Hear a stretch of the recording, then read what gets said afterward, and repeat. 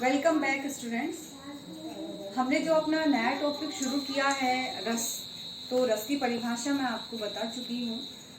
इसके अलावा बहुत कठिन शब्दों में भी रस की परिभाषा है, लेकिन ये बहुत इजी वे में आपको याद करने में परेशानी नहीं रहेगी कि रस किसे कहते हैं। बाकी इसी को दूसरे टाइप से भी लिख सकते हैं कि काव्य के श्रवण, पठन और दृश्य रूप में देखने से मिलने वाला जो लोकोत्तर आनंद है उसे रस कहा जाता है। इस तरह से भी इसकी बड़ी डिफिकल्ट गंभीर वाली जो परिभाषा है वो भी है, वो आपको आपकी गाइड में या किताबों में बहुत लिखी मिल जाएगी। तो आगे चलते हैं। जैसे गुण और रीति संप्रदाय के प्रवर्तक थे आचार्य वामन, यानी उन्होंने गुण संप्रदाय या गुणों को बताया, रीति को बताया। उसी प्रकार रस की स्थापना या रस संप्रदाय के प्रवर्तक कौन है? चलिए देखते हैं। रस संप्रदाय के प्रवर्तक कौन है? ये सबसे पुराना संप्रदाय है। रस संप्रदाय सबसे प्राचीन संप्रदाय, सबसे पुराना है।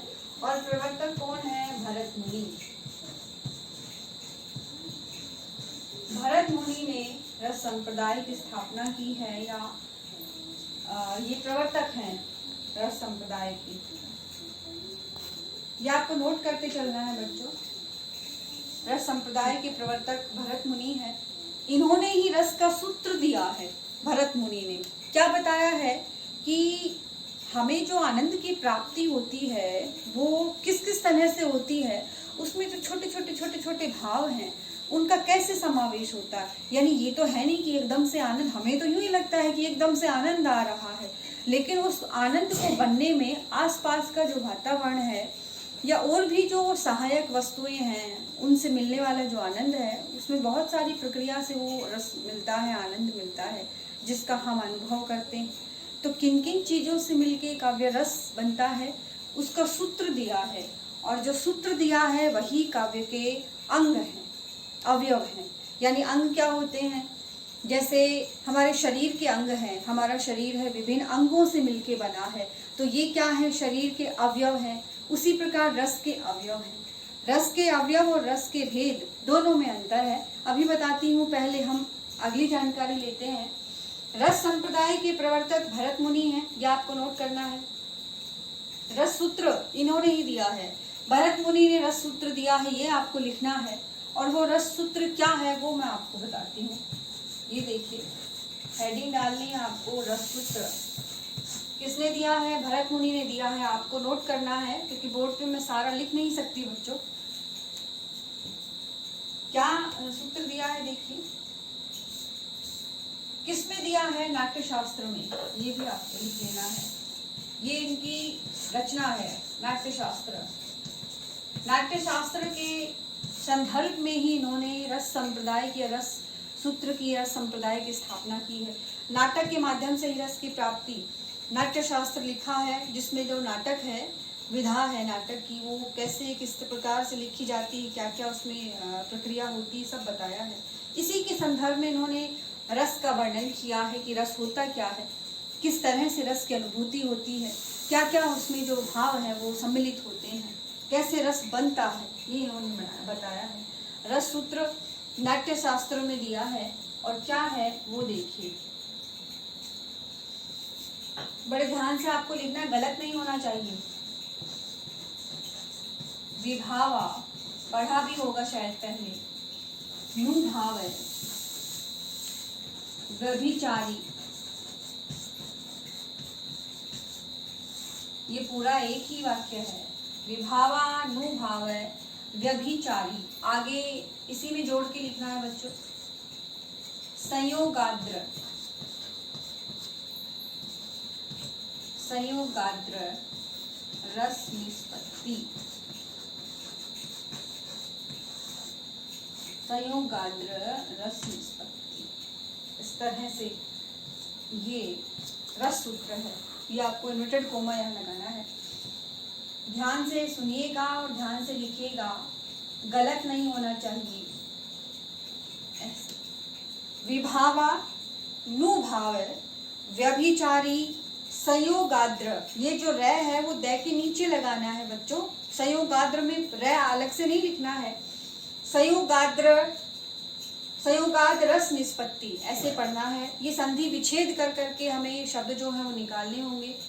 विभाव, अनुभाव और व्यभिचारी भाव के संयोग से रस की निष्पत्ति होती है, यानी रस निकलता है। हमारे मन में जो रस, जो आनंद का भाव विद्वान रहता है वो कैसे निकलता है, किस किस के संयोग से निकलता है? विभावा अनुभाव है, विभाव, अनुभाव और व्यभिचारी भाव के संयोग से रस की निष्पत्ति होती है। ये सूत्र आपको अच्छे से याद करना है बिना मात्रा की गलती किए। ये आपको नोट करना है, यह आधार है रस को जानने का, रस के अंगों का, क्योंकि यही रस के अंग हैं जिनसे मिलकर रस बनता है, वो रस के अंग हो गए। तो कौन कौन से अंग होंगे? विभाव, अनुभाव, व्यभिचारी भाव, और एक अंग और है, वो आगे जब अंग पढ़ेंगे तब मैं बताऊंगी।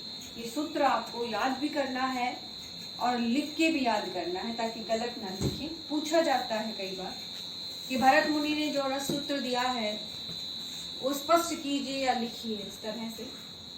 कहाँ दिया है? नाट्यशास्त्र में दिया है। रस संप्रदाय के प्रवर्तक भरत मुनि है, नोट करना है।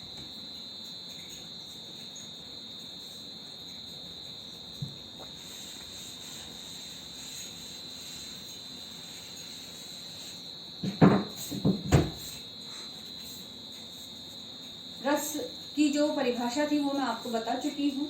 इसके अलावा आचार्य विश्वनाथ ने भी रस की परिभाषा दी है, वो भी आप लिख सकते हैं, क्योंकि पूछ सकता है एग्जाम में, एग्जामिनर है वो पूछ सकता है कि विश्वनाथ ने रस की क्या परिभाषा दी है। देखिए, काव्य की परिभाषा दी है, रस की तो क्या दी है, लेकिन विश्वनाथ भी रसवादी आचार्य थे, यानी इन्होंने भी रस को काव्य की आत्मा माना है। जैसे वामन क्या थे?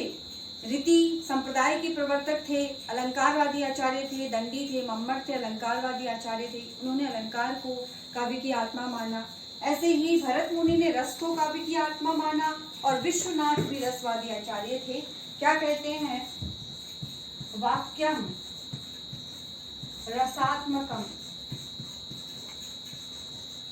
वाक्यम रसात्मकम काव्यम, इस तरह से ये आचार्य विश्वनाथ ने कहा है। विश्वनाथ प्रसाद मिश्र इनका पूरा नाम। वाक्य रसात्मक काव्यम, कि जो रस से युक्त वाक्य होता है वही काव्य है। तो इन्होंने भी रस को काव्य की आत्मा माना है, रसवादी आचार्य थे। नोट कर लें आप लोग ये। आगे चलते हैं। अगला जो अपना टॉपिक है, रस की परिभाषा हो गई और रस सूत्र हो गया। रस सूत्र, रस संप्रदाय के प्रवर्तक आचार्य भरत मुनि। अब अगला जो अपना टॉपिक था कि रस के अवयव या अंग,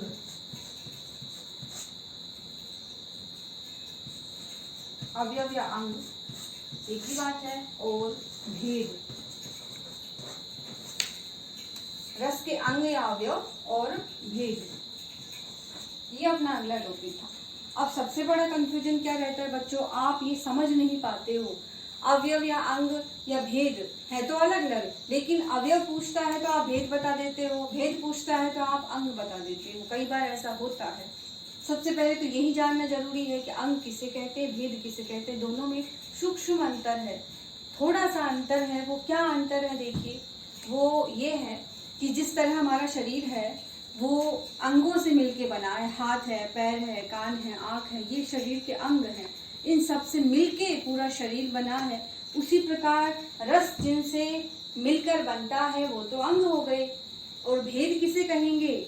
मानव जाति के कितने भेद हैं भाई? एक तो मानव शरीर हो गया, उसके अंग हो गए। दूसरा, मानव जाति के भेद दो हैं, एक स्त्री एक पुरुष, जो ईश्वर ने बनाए हैं। तो हो गए ना भेद। स्त्री और पुरुष तो मानव जाति के भेद हैं, और जो हमारे शरीर के अंग हैं वो हमारे अंग हैं। तो यही दोनों में अंतर होगा, रस के अंग और रस के भेद। अंग तो कितने हैं? 4 हैं। और भेद कितने हैं? 9 हैं, लेकिन अलग अलग माने गए हैं। देखिए, नवरस कहा जाता है, मूलतः रस 9। 3 तरह से क्वेश्चन पूछा जाएगा भेद पे भी, लेकिन पहले हम अंग जान लेते हैं, उसके बाद हम भेद जानेंगे। अंग मैंने आपको अभी बताया था, जो सूत्र था भरत मुनि के द्वारा दिया गया, उसमें वो अंग ही बताए थे। उनसे मिलकर रस की निष्पत्ति होती है तो वो अंग हो गए।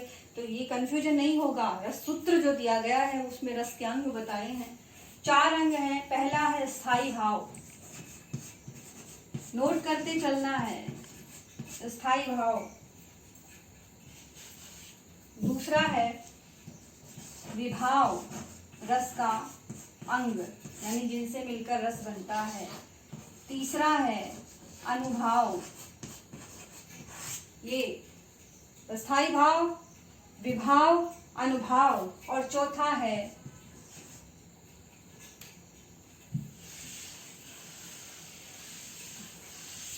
ये चौथा यहाँ संचारी भाव, लास्ट और सबसे इम्पोर्टेंट। संचारी को ही व्यभिचारी भी कहते हैं। जो सूत्र में दिया गया है व्यभिचारी, वो इसी को बोलते हैं। संचारी भाव को ही व्यभिचारी भाव कहते हैं। तो ये अंग हो गए। पहला स्थाई भाव, दूसरा विभाव, तीसरा अनुभाव और चौथा संचारी भाव। ब्रैकेट में दूसरा नाम जरूर लिखें, क्योंकि कई बार कंफ्यूज हो जाते हैं क्या व्यभिचारी था क्या संचारी था। अब ये होते क्या है, इनका स्पष्टीकरण अगली क्लास में। अब तक पहले आप इन्हीं को समझें, इनको याद करें, क्योंकि एकदम से आप जब पढ़ेंगे तो रस गड़बड़ हो जाएगा, रस आएगा नहीं आपको जब तक आप इन्हें समझेंगे नहीं अच्छे से। क्योंकि भाई जिनसे मिलकर रस बना है तो वो अंग जब तक समझ में नहीं आएंगे तो पूरी बॉडी कैसे समझ में आएगी। जब हमारे अंग काम नहीं करेंगे शरीर के तो पूरा शरीर कैसे काम करेगा। तो पहले हम अंग जान लेते हैं, फिर रस अपने आप आ जाएगा। कैसे आएगा, अंगों को कब अगली क्लास में जानेंगे। आज का जो मेरा प्रश्न है, आज की कक्षा पर जो आधारित, वो ये है कि भरत मुनि ने जो रस सूत्र दिया है वो कौन से ग्रंथ में दिया है, ये आपको बताना है। आज के लिए इतना ही काफी। धन्यवाद।